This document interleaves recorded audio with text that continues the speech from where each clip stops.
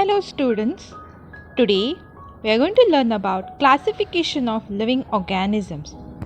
This topic is taken from Standard 9 Science. The scientific method of dividing organisms into smaller and larger groups on basis of their similarities is termed as classification. The classification of organism means arranging the organism into groups or set on basis of certain similarities. The Carolus Linnaeus, the Swedish botanist, is known as the father of modern taxonomy. He has given two kingdom classification.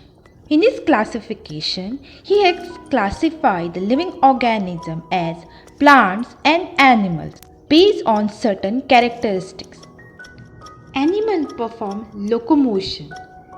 Animals do not contain chlorophyll, hence they cannot perform photosynthesis, and the mode of nutrition in them is heterotrophic, whereas plants contain chlorophyll and therefore they can prepare their own food with the help of photosynthesis process, but plant cannot perform locomotion. This two kingdom classification had some drawbacks. There are some organisms which do not contain chlorophyll and they do not perform locomotion. To put them under as plant or animal, it was very difficult. In this binomial system, every living organism has a unique two parts name. The first name is genus and second part is species name. For example, human being scientific name is Homo sapien. Homo is genus and sapien is species name.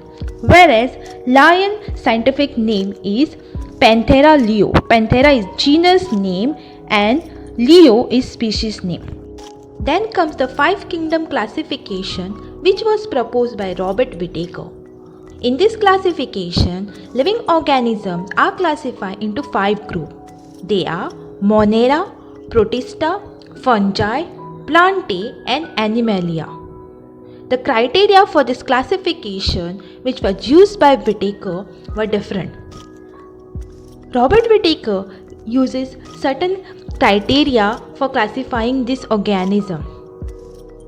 For example, organisms were classified on complexity of cell structure, that is prokaryotes or eukaryote, on level of structural organization as unicellular or multicellular, on basis of mode of nutrition as autotrophic or heterotrophic, and also on basis of their ecological lifestyle as producer, consumer and decomposers. So, we can put two main groups for all living organisms as prokaryotes and eukaryote. Prokaryotes are Monera. Under eukaryote as unicellular and multicellular. Unicellular example is Protist. With cell wall, some do not perform photosynthesis, that is fungi. Whereas some are able to perform photosynthesis, they group as Plantae. An organism without cell wall as Animalia.